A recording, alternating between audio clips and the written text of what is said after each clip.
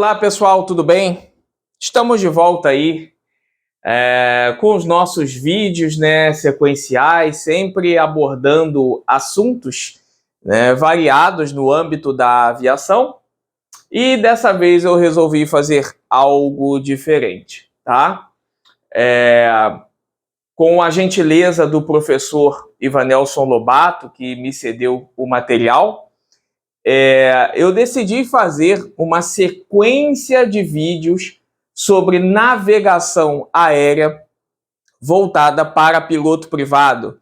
Dessa vez, nós abordaremos tema a tema dentro da navegação aérea para piloto privado. Falaremos de cada tópico, os assuntos importantes e bem pertinentes, necessários para a aprovação na banca de piloto privado. Falaremos de capítulo a capítulo, tá? E faremos um conjunto de aulas sequenciadas. De que forma que isso vai acontecer?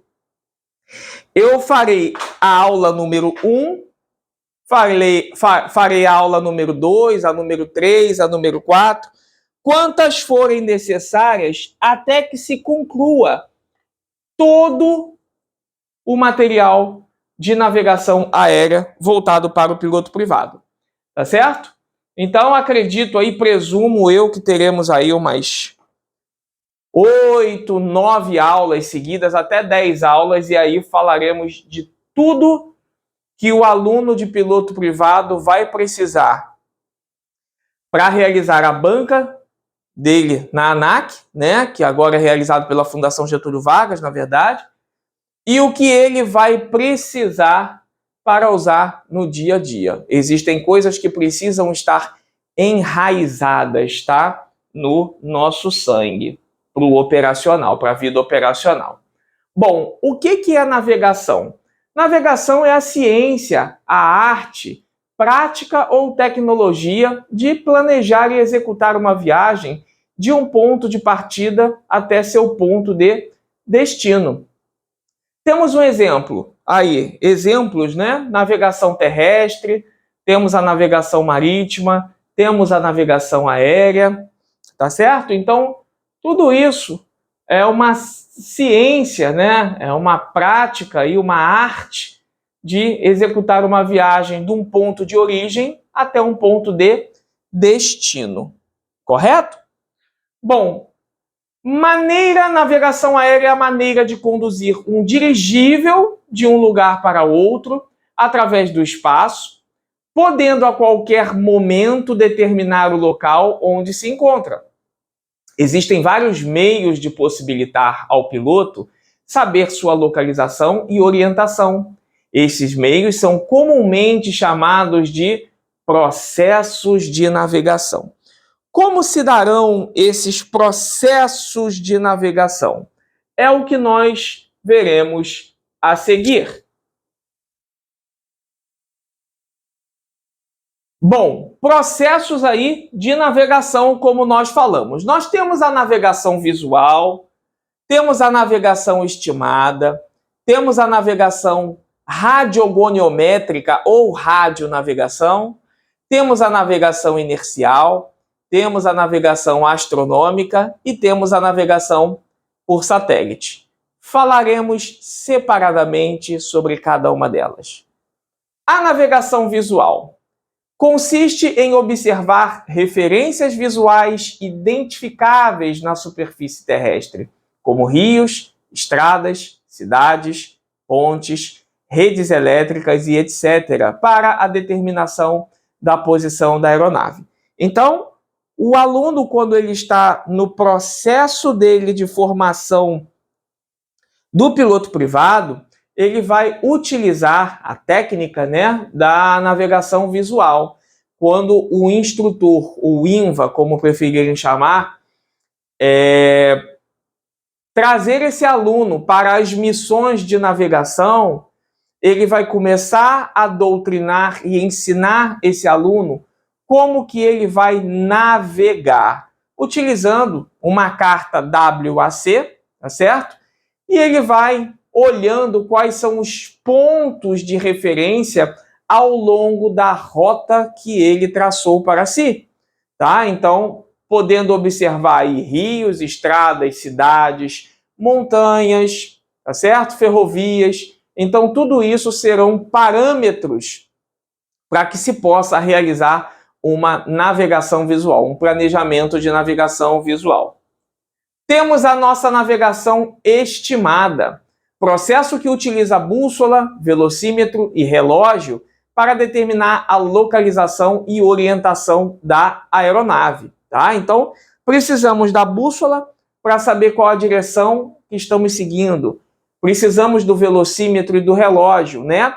Como o nome já está falando, navegação estimada, eu preciso estimar o tempo que eu levarei da minha decolagem até as referências que eu plotei no meu planejamento, ok? Temos a navegação rádio, goniométrica ou radionavegação, método que utiliza receptores de rádio dentro da aeronave, como o ADF, o VOR Navigation, né, o navegador VOR, o HSI, para receber sinais emitidos de estações externas, que nós chamamos de auxílios rádio, como o NDB, como o VOR, como o ILS, num procedimento de precisão, tá? Mas isso voltado para o IFR, né? Para o voo por instrumento, que já é a parte de piloto comercial, ok? Temos a nossa navegação inercial. Este processo não requer equipamentos instalados fora da aeronave. Apenas um input no equipamento de bordo composto de acelerômetros e giroscópios que funcionam segundo as leis de Newton, tá certo?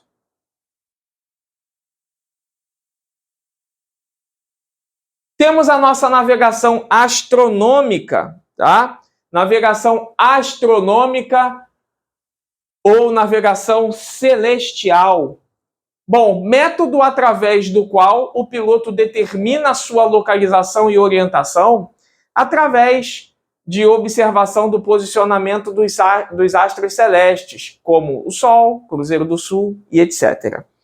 Só interrompendo aqui para a gente conseguir abordar também outros assuntos, tá? A gente fala um pouco de história para que se possa entender um pouco esse processo da navegação celestial. Na época, utilizava-se um instrumento chamado quadrante. Através do quadrante, era possível determinar, né, as latitudes. Então, ainda existia, sim, uma limitação, mas ainda era um instrumento de muita valia, né, para quem estava navegando. Em 1757, um oficial da Marinha Britânica chamado Campbell, ele desenvolveu, né, um outro instrumento chamado sextante. Através do sextante poderíamos ter a indicação, né, através de leitura de cartas e tudo mais, as nossas latitudes juntamente com a longitude. Então, um vidreiro, se eu não me engano, da cidade de Filadélfia, tá? Eu preciso dar uma confirmada, não tenho muita certeza, mas acredito que seja Filadélfia, criou um conjunto de vidros, né, de lentes, e que esse instrumento acabou, na verdade, se chamando octante, mas aí não vingou muito esse nome e continuou como sextante mesmo. Então, é uma coisa que a história conta muito, dizendo que os portugueses chegaram ao Brasil achando que tinham chegado às Índias. Na verdade, isso é uma narrativa que não se sustenta. Eles sabiam perfeitamente o que eles estavam fazendo e para onde eles estavam indo. Eles só não sabiam o que iriam encontrar no caminho, né, e no destino, mas sabiam perfeitamente para onde estavam seguindo, tá? Na década de 60, uma empresa chamada Paner do Brasil, utilizando os seus Constellations e Super Constellations, para fazer a travessia do Atlântico, né? A Panera ela tinha a rota para o Oriente Médio, Istambul, né? Então, existia o comandante, o copiloto, tinha o engenheiro de voo e tinha o navegador. Era esse navegador que utilizava os recursos do sextante para que pudesse saber de fato a direção que estavam seguindo e se era a direção correta. Tá ok, pessoal? Vamos adiante. Temos a nossa navegação por satélite, tá? Processo mais moderno de navegação. Baseia-se nas informações recebidas de satélites que orbitam a Terra e fornecem localização com precisão de 300 metros em 99,99% do tempo e 20 metros em 95% do tempo. Informa ainda orientação, velocidade e etc. Constelações de satélites disponíveis. Nós temos o Navistar, que é o americano, tá? A gente costuma dizer GPS. Tem o GLONASS, tá? Tem o Galileu, que é o europeu. O GLONASS é o russo. Tem o Compass Beidou, que é o chinês. E agora tem uma outra constelação que está vigorando, que é o Gagan, tá? A constelação Gagan, que é uma constelação indiana. Tá ok, pessoal? Bom, a Terra é baseada nos seus movimentos e formas, né? Então nós temos aí o eixo imaginário, tá? Que corta a Terra de um polo a outro, tá certo? E esse eixo ele passa pelo centro da Terra. Então a diferença angular que vocês estão observando nessa imagem é de precisamente 23 graus e 27 minutos, arredondando 23 graus e meio, tá? Então, o globo terrestre tem uma inclinação de 23 graus e 27 minutos em relação ao plano do sistema solar.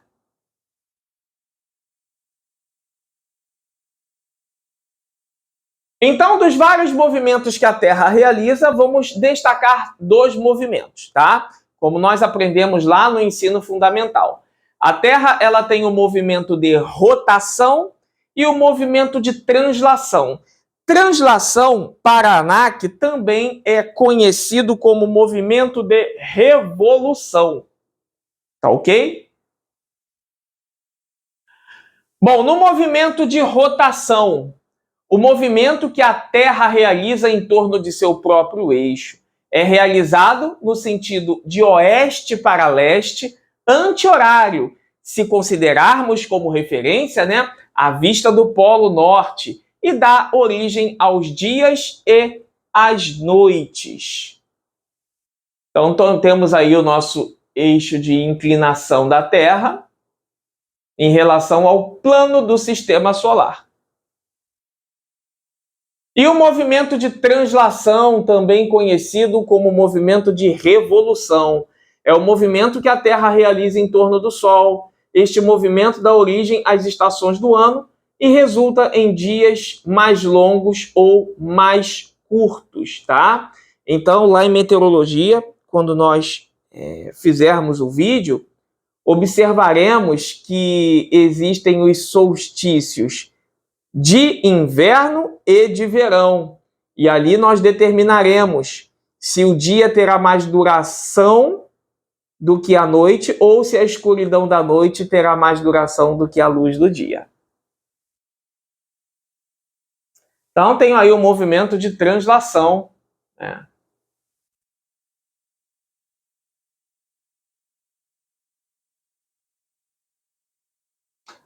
Bom, os movimentos de rotação e translação acontecem ao mesmo tempo, conforme podemos observar na imagem.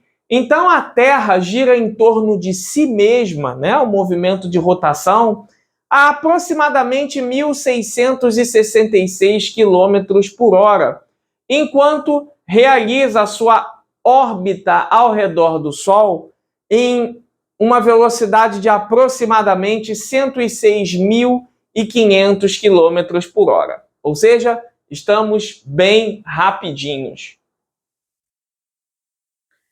Então, aí eu tenho verão no hemisfério sul. Por que eu tenho o verão no hemisfério sul? Porque se eu parar para considerar, a linha do Equador está aqui, correto? Linha do Equador nesse sentido. Então, a incidência solar está se dando com maior intensidade no hemisfério sul. Então, eu terei verão no hemisfério sul e, consequentemente, no hemisfério norte será o oposto, será inverno. Agora, considerando mais uma vez aqui a linha do Equador, agora a incidência solar está se dando com mais intensidade no hemisfério norte, sendo o verão no hemisfério norte e no hemisfério sul o oposto, o inverno, tá certo? Então, essa observação ela é importante, tá? Porque dá a impressão de que a Terra é maior do que o Sol. Não, não é, tá? Por isso que a observação está mostrando que está sem escala. É só para fins de entendimento. Bom, definições importantes aí, tá? Círculo máximo é aquele cujo plano passa pelo centro da Terra e a divide em duas partes iguais, tá? Então, se pudéssemos pegar uma faca e passar exatamente na linha do Equador, poderíamos perceber que separaríamos a Terra em duas partes iguais, tá? Então, separaria aí a Terra também nessa segunda figura em duas partes iguais.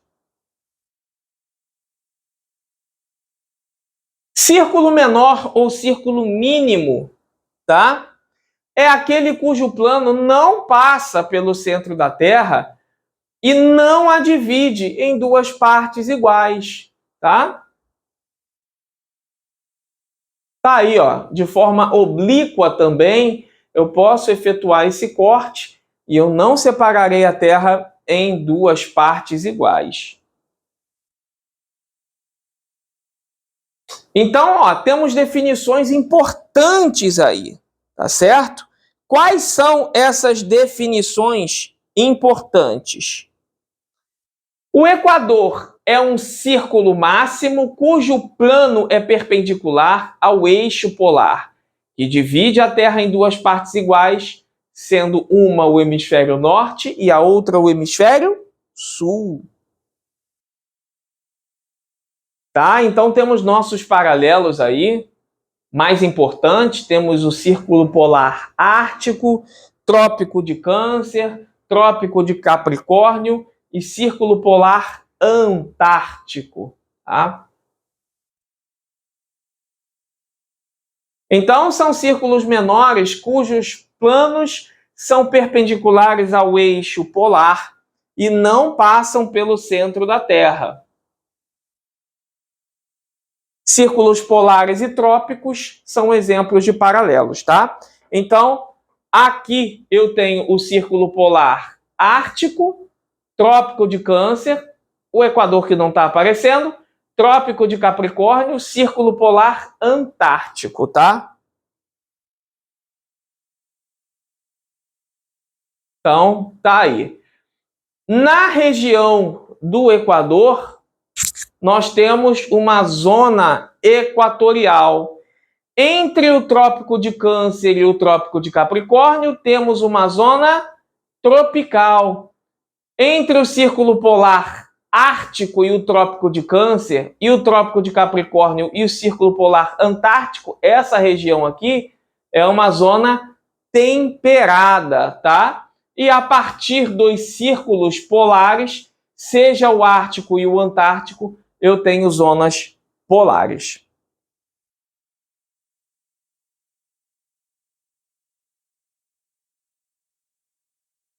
Então aí, paralelos são círculos menores.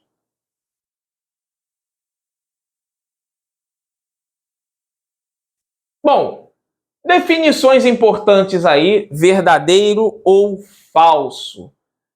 Todo paralelo é círculo menor? E aí, sim ou não?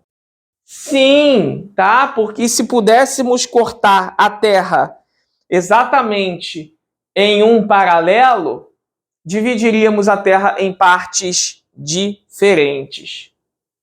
Todo círculo menor é paralelo? A resposta é não, tá? Olha aí, ó, eu posso cortar a Terra em duas partes diferentes de forma oblíqua. Significa que estou cortando a Terra exatamente em um paralelo? Não. E o Equador, ele é um paralelo? A resposta é não, porque o Equador ele é uma referência. Paralelo é quem está de fato paralelo ao Equador. Então, o Equador é o marco zero, tá certo? Definições aí de nossos meridianos. São semicírculos máximos limitados pelos polos. São perpendiculares ao Equador e aos paralelos. Por que dizemos, né, que os meridianos são semicírculo? Porque de um lado eu tenho uma longitude, do outro lado é uma outra longitude. Então eu só consigo cortar a Terra de polo a polo de um lado, porque do outro lado a longitude é diferente. Então, ao invés de ser um círculo máximo falando do completo, se cortasse do polo sul a Terra e desse uma volta até polo sul, seria um círculo máximo. Porém, como é limitado pelos polos, eu chamo de semicírculo máximo. Então, um meridiano dá a volta em torno do globo terrestre? A resposta é não, tá? Então, temos aí o nosso meridiano de Greenwich e a nossa linha do Equador. O meridiano de Greenwich é o meridiano de referência. Greenwich, juntamente com o meridiano de 180 graus, formam um círculo máximo que divide a Terra em dois hemisférios, o hemisfério leste e o oeste.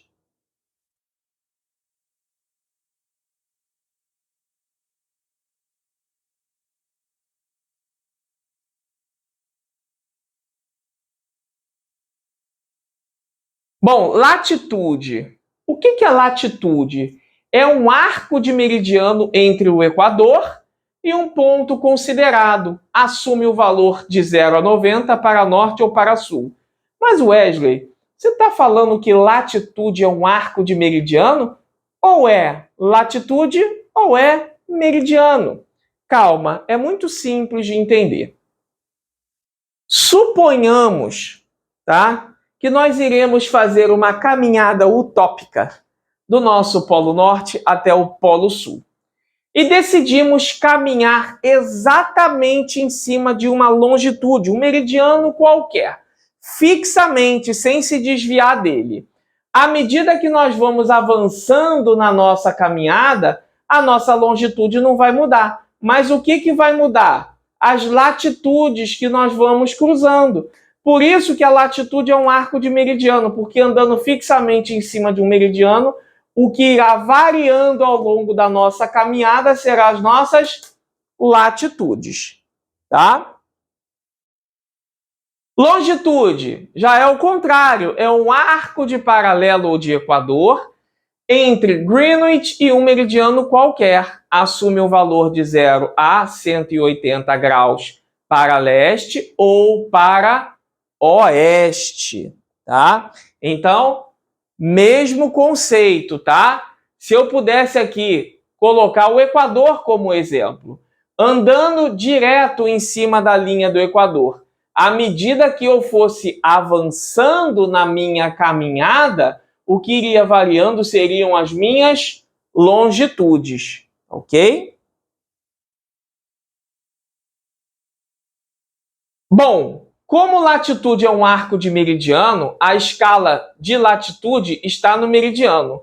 Como longitude é um arco de equador ou de paralelo, a escala de longitude estará no paralelo ou no equador. Antimeridiano é o meridiano que está 180 graus defasado em relação a um meridiano considerado, tá? Eu quero dar uma pausa e fazer uma abordagem sobre colatitude, tá? Que é o complemento da latitude, e o cálculo de antimeridiano, tá? Para que se possa ficar muito claro e evidente como que podemos realizar esses cálculos, tá certo? Bom, como falamos de latitude, né? Vamos complementar a informação com colatitude. O que é a colatitude? Colatitude, o nome está falando, de complemento, tá? Então, é a medida angular contada a partir do ponto considerado na superfície da Terra até o Polo Norte, se o ponto estiver no Polo Norte, no hemisfério norte, tá? Ou Polo Sul, se o ponto estiver no hemisfério sul. A colatitude pode também ser definida como o complemento da latitude do ponto considerado até o polo mais próximo, ou seja, o que falta para chegar a 90 graus de latitude aí, mais próxima. Então a colatitude nada mais é do que, em outras palavras, o quanto falta a partir daquela latitude que nós nos encontramos para chegar ao polo mais próximo. Tá certo? Então, colatitude é o complemento de uma determinada latitude. Sempre é em relação ao seu polo, ao seu hemisfério correspondente. Então, esta fórmula precisa estar no sangue, tá? Colatitude é 90 graus menos a latitude dada.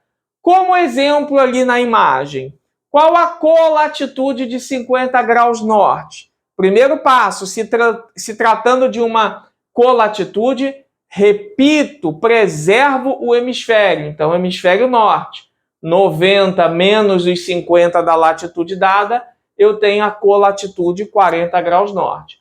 Qual a colatitude de 30 graus sul? Se tratando de colatitude, preservo o hemisfério e faço 90 menos os 30. 90 menos 30, 60 graus. Preservo o hemisfério, tá? Então, a partir da latitude 30 graus sul, faltam 60 graus para eu chegar no Polo Sul. Na latitude ali 50 graus norte, a partir daquela latitude, faltam 40 graus para eu chegar no Polo Norte, tá? E agora vamos trabalhar, tá? Vamos trabalhar esses exercícios aí. Então, encontrar a colatitude. Qual a colatitude de 20 graus norte? Se tratando de colatitude, são 90 graus menos a latitude dada. 90 menos 20, 70. Preservo o hemisfério. Então, a colatitude de 20 graus norte são 70 graus norte. Colatitude de 46 graus sul. 90 menos 46 vai dar 44. Preservo o hemisfério. A partir da latitude 46 graus sul, faltam 44 graus para eu chegar no Polo Sul. E a colatitude de 30 graus norte. 90 menos 60, 90 menos 30, perdão, dá 60. E preserva o hemisfério. Então, a partir da latitude 30 graus norte, faltam 60 graus para eu chegar no Polo Norte. Tá certo? Agora, vamos fazer esse cálculo com grau e minuto, porque a minha coordenada, a minha latitude, pode ser que não esteja apenas em graus, tá? Pode ser que esteja em graus e minutos, tá ok? Então, tenho aí a colatitude agora de 3 graus e 10 minutos norte, sabendo-se que cada 1 grau equivale a 60 minutos, tá? Vou dar uma interrompida aqui para a gente poder prosseguir no quadro e dar uma explicação para ficar algo muito mais claro para todos vocês, tá bom?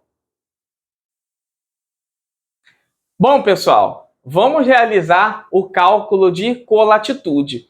Se tratando de latitude que só tem o grau, fica fácil resolver, não é verdade? Agora nós vamos realizar o cálculo de colatitude quando a nossa latitude tem grau e minuto, tá certo? Bom, a nossa referência de latitude são 3 graus e 10 minutos norte, tá? Se eu fosse colocar 3 graus aqui, ó, 3 graus e 10 minutos norte, ia ficar um vazio, não é verdade? Para que pudéssemos realizar a conta aqui subtraindo os 10. Como nós temos 2 elementos agora na nossa latitude, o grau e o minuto, e ele disse que cada 1 grau corresponde a 60 minutos, vamos emprestar 1 grauzinho para o minuto, para que eu possa ter a coluna dos minutos e fazer a dedução, né, dos nossos minutos na latitude dada. Então, quando eu passo 1 grau para lá, deixei de ter 90 e passo a ter 89. Se cada 1 grau corresponde a 60 minutos, então está aqui 60 minutos. Se eu transformar esses 60 minutos novamente em grau, vai dar quanto? 1 grau. 1 grau mais 89 graus, eu tenho 90 graus. Conseguiu agora visualizar? Que bom! Bom, nossa latitude agora, ela tem grau e minuto. Vai fazer sentido eu utilizar esse elemento A? Não. Vou utilizar o elemento B, porque ele tem grau e minuto. Então, 0,3 graus e 10 minutos norte. Na colatitude, qual é a regra? Preserva o hemisfério. 60 menos 10, 50. 89 menos 3, 86 graus. Ou seja, a partir da latitude 3 graus e 10 minutos norte, faltam 86 graus e 50 minutos para eu chegar no polo norte, tá? Vamos para a segunda conta. Agora são 19 graus e 2 minutos sul. Regra da colatitude. Preservo o meu hemisfério. 60 menos 2, 58. 9 menos 9, 0. 8 menos 1, 7. Então, a partir da latitude 19 graus e 2 minutos sul, faltam 70 graus e 58 minutos para eu chegar no polo sul. Tá certo? E agora vamos realizar a terceira. 72 graus e 44 minutos, 72 e 44 minutos, norte. Regra da colatitude, preserva o hemisfério, 60 menos 44, 16. 9 menos 2, 7. 8 menos 7, 1. Então, a partir da latitude 72 graus e 44 minutos norte, faltam 17 graus e 16 minutos para eu chegar no polo norte. Simples assim. Ah, Wesley, eu não entendi como que você chegou nesses 89 e 60. Vou dar um exemplo bem simplório. Você foi... o seu amigo chegou de viagem, né? O seu amigo estrangeiro chegou de viagem, e ele tem 90 dólares no bolso. Ele decidiu viajar ao carnaval, não chamou ninguém, e ele vai gastar os 90 dólares dele sozinho, tá? Agora, ele decide te chamar. Aí você fala assim, poxa, eu tô sem dinheiro, tá? Vamos pensar numa supervalorização do dólar aí, só para a gente exemplificar, tá? Seu amigo fala, não se preocupe, tá? Eu te empresto $1. E vamos supor que esse $1 equivale a R$60, tá certo? Então, o seu amigo agora, para não deixar você duro, ele te emprestou $1. Ele já não tem mais os $90, ele só tem $89. Aí você foi lá na casa de câmbio e trocou seu $1 por real. E aí a casa de câmbio te entregou R$60. Então, se você pegar os seus R$60 e transformar em dólar, vai dar $1. $1 mais $89 que seu amigo tem no bolso, $90. Agora ficou fácil de entender, né? Vamos para o terceiro exemplo. Vamos para o nosso terceiro exemplo. Agora, a nossa latitude ela vai ter indicação de grau, minuto e segundo. Como que eu vou realizar essa conta? Se eu pegar grau, minuto e segundo e colocar aqui no A, não dá para fazer porque eu não tenho grau, não tenho minuto e não tenho segundo. Se eu colocar aqui no elemento B, eu tenho grau, tenho minuto, mas não tenho segundo. Então eu vou ter que desmembrar isso para poder gerar o campo do segundo. Como que seria isso daqui? Se cada 1 grau corresponde a 60 minutos, cada 1 minuto vai corresponder a 60 segundos. Vamos lá naquela brincadeirinha que nós fizemos. De novo. Seu amigo estrangeiro chegou, está com $90 no bolso. Aí ele resolveu te emprestar $1, que equivale a R$60, tá? Então ele tirou $1 do bolso dele, te cedeu, você foi na casa de câmbio, trocou, botou R$60 no bolso. Então você tem R$60 e o seu amigo tem $89. Aí você pegou um outro amigo seu estrangeiro que não tem uma moeda sequer, mas você quer levar ele no carnaval para se divertir junto com vocês.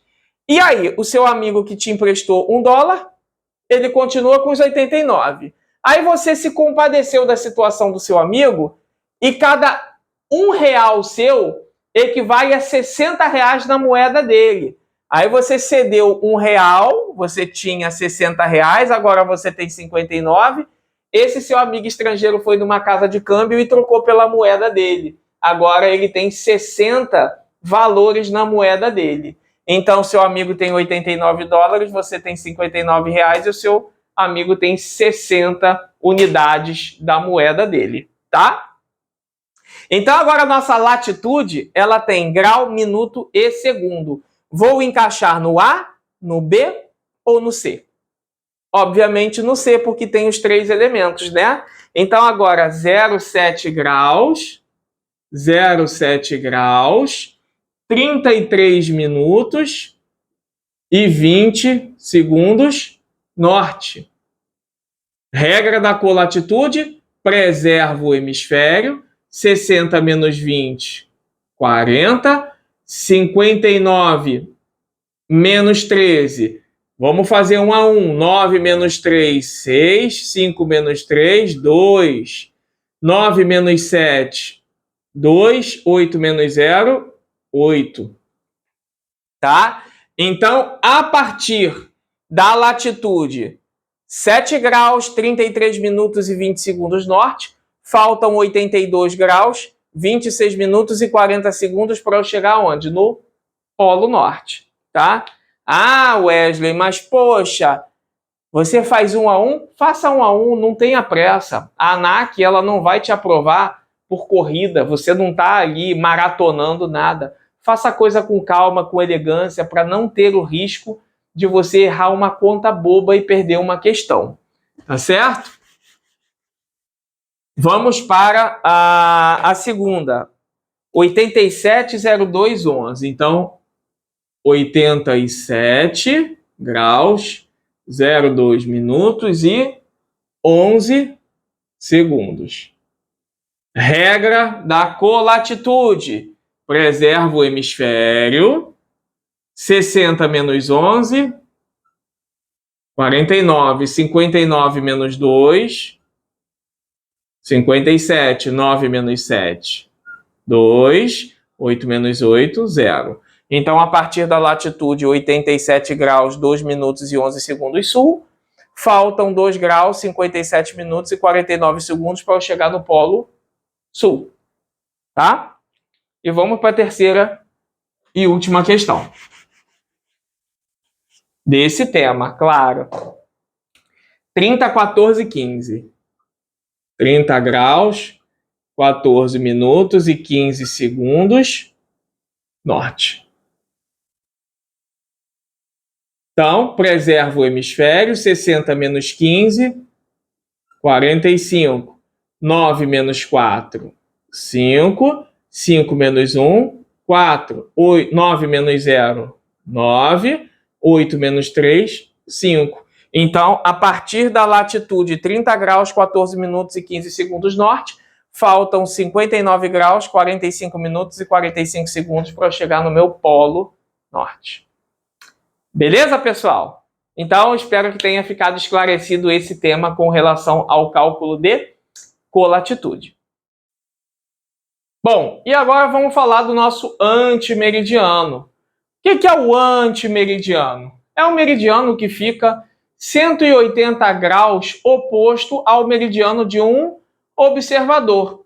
Então, vamos supor que, olhando a fórmula, 180 graus, tá? Menos a longitude dada. Na colatitude, nós preservamos o hemisfério. No antimeridiano, nós trocamos o hemisfério. Então, qual o antimeridiano de 80 graus oeste? 180 menos 80, eu terei o antimeridiano 100 graus leste, ou seja, troco o hemisfério. Tá certo? Vamos praticar isso com alguns exercícios? Bom, se tratando de antimeridiano, observamos que a resolução, né, de uma questão se tratando de antimeridiano são 180 graus, menos a longitude dada. E a regra é trocar o hemisfério. Então, vamos criar aqui o elemento A.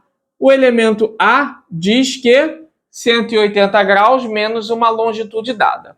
Suponhamos que eu tenha a longitude 0,40 graus oeste. Então, 0,40 graus oeste. O que eu faço com a minha colatitude? Inverto o hemisfério.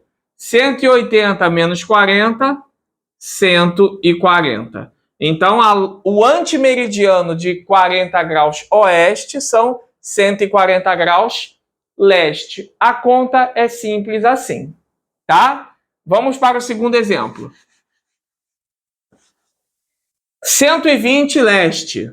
Então, 120 graus leste. Inverto o hemisfério. 180 menos 120, 060 oeste, tá? Ah, eu poderia botar só 60? Não, porque a longitude, ela tem 3 dígitos no campo do grau, tá? Então, sempre tem que ter 3 dígitos. Ah, mas o resultado só deu 60. 0,60. Atentem-se a isso, tá certo? E vamos ao terceiro exemplo, tá? Vamos ao terceiro exemplo. 0,70 graus oeste. Primeiro passo, inverto o hemisfério. 180 menos 70 vai dar 110 graus leste. Tá certo? Essa é a regra do antimeridiano. Ah, Wesley, se eu tiver uma longitude com grau e minuto, o mesmo vai se aplicar, tá? Tanto para a colatitude como para o antimeridiano. Se eu vou emprestar um grau, vai ficar 179 graus e 60 minutos. E se tiver grau, minuto e segundo? Vou desmembrar novamente. Só que 179. Agora quem está emprestando é o minuto, vai ficar 59. E aqui 60 segundos. Tá certo? mesma regrinha, pessoal. Não vou nem entrar no mérito do exercício, porque a gente sabe como é que faz. Vimos como funciona na colatitude, exatamente o mesmo conceito vai se aplicar no antimeridiano. Tá joia, pessoal? Vamos em frente.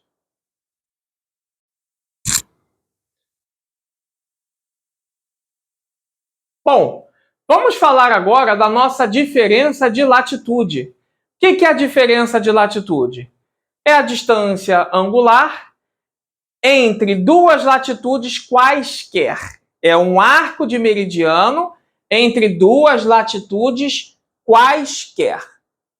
Então, tenho aí, ó, tá? Se essas latitudes estiverem no mesmo hemisfério, subtraio uma da outra.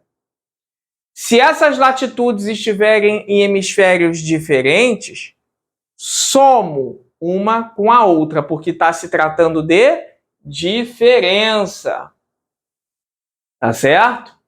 Então, em hemisférios diferentes, soma-se, hemisférios iguais, subtrai-se. Então, aí, ó, qual é a diferença de latitude? Mesmo hemisfério. Então, eu vou pegar a latitude de maior grau angular e subtrair do menor. Então, a diferença de latitude são de 20 menos 10. Então, a diferença de latitude são 10 graus. Então, vale ressaltar que diferença de latitude ou de longitude não recebe designação de hemisfério, tá certo? Porque é uma diferença.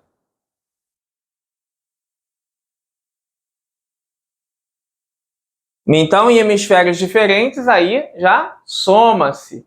Então, do 10 para o 15, eu tenho 10 graus norte para 15 graus sul, eu tenho uma diferença de 25 graus, tá?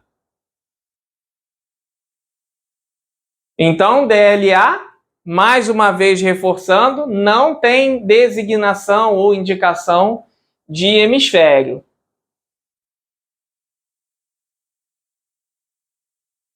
E a latitude média, tá? Latitude equidistante de outras duas latitudes. É o ponto médio de um arco de meridiano. Como que ele se dá?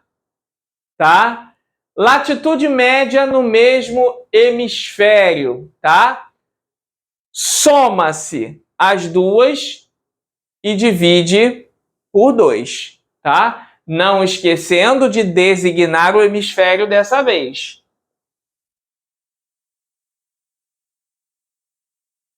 Então, ó, 20 mais 10, 30, dividido por 2, se nós estamos falando de uma média, 15. E qual a designação do hemisfério? O mesmo hemisfério, tá?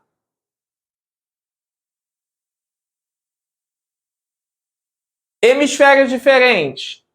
Subtrairei a maior latitude da menor, dividirei por 2 e designarei o hemisfério de maior grau angular, tá? Então, 20 menos 10, 10. Dividido por 2, 5. 5 graus o quê? Norte ou sul? Norte, porque a latitude que tem o maior grau angular são 20 graus e está no hemisfério norte.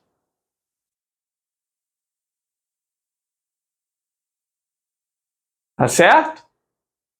Falamos da colatitude,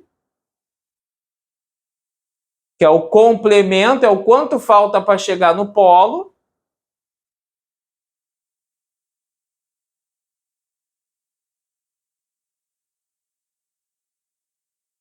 O resultado terá sempre a mesma indicação de hemisfério da latitude informada. Diferença de longitude, tá? No mesmo hemisfério, subtraio a maior da menor.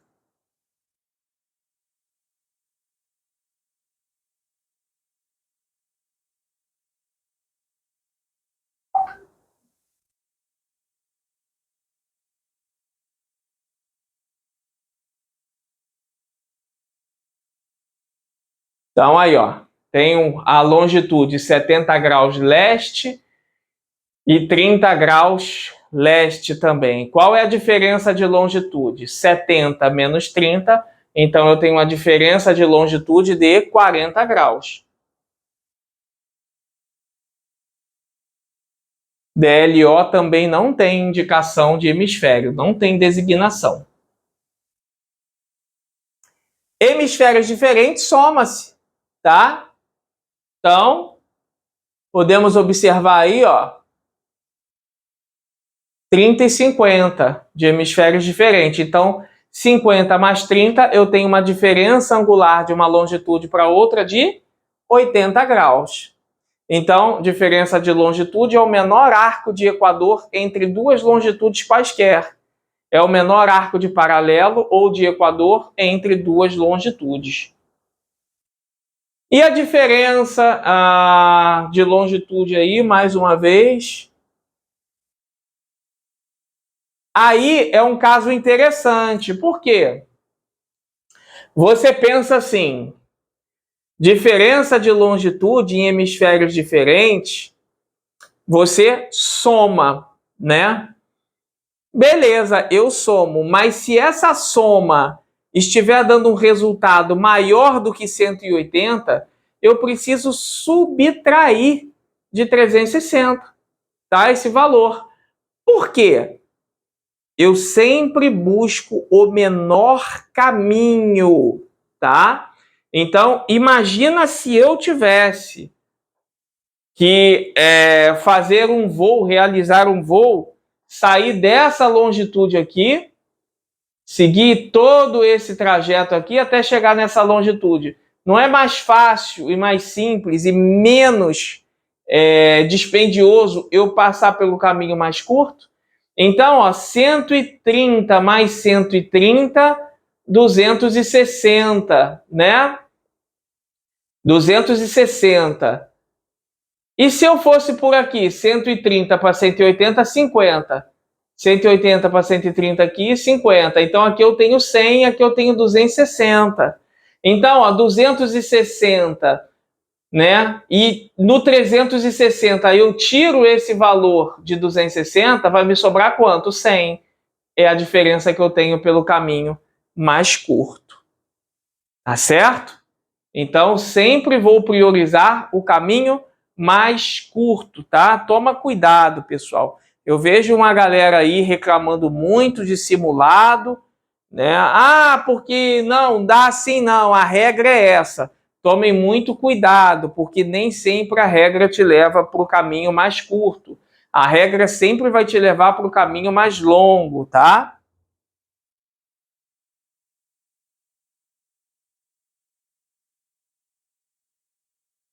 E a longitude média? Longitude equidistante de outras duas, no menor arco de equador ou paralelo, ou ponto médio de um arco de equador ou paralelo, de arco menor, tá? Como que isso vai se dar? Então, ó, qual vai ser a longitude média? Mesmo hemisfério, eu somo e divido por 2. 70 mais 30, 100. Dividido por 2, 50. No hemisfério leste.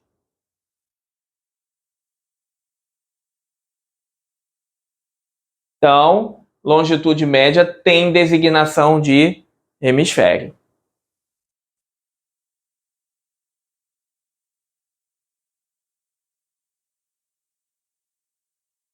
Agora, em hemisférios diferentes, pego a maior longitude, subtraio da menor. 50 menos 30 vai dar 20. 20 dividido por 2 vai dar 10. Esse 10 recebe designação de hemisfério da longitude de maior grau angular. Então, 10 graus o quê? Oeste.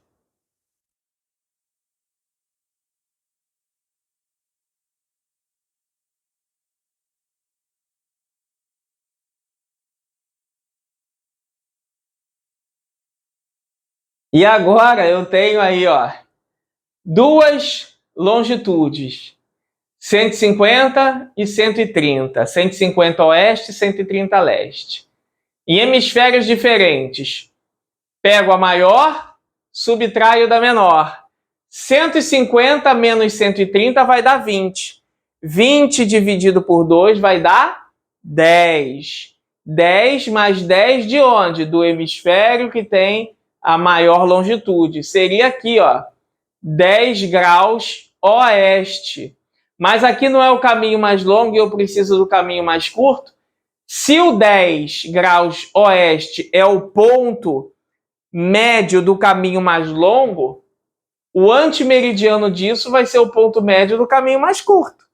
Então, se eu tenho 10 graus oeste, o antimeridiano vai ser quanto? 170 graus leste. Vamos conferir?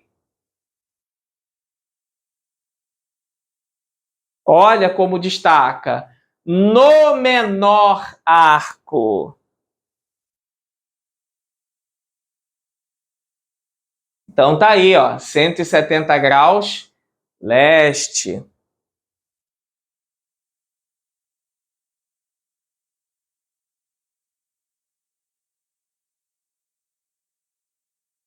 Então, só para recapitular, o valor máximo de uma DLA, 180 graus. Por quê? Pode ser do polo norte até o polo sul. 90 mais 90 eu terei 180. E qual o valor máximo para a diferença de longitude? Também 180 graus, tá bom, pessoal? Passou de 180 graus, eu tenho que pegar 360 e subtrair esse valor que eu encontrei maior do que 180.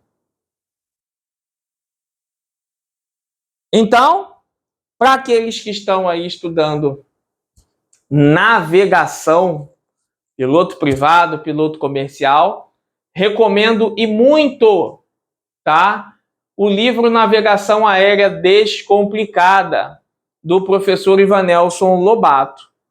A quem interessar, pode me procurar que eu faço o contato entre vocês e o professor Ivanelson. Tá ok, pessoal? Vejo vocês no próximo vídeo. Agradeço a todos e um forte abraço. Tchau, tchau.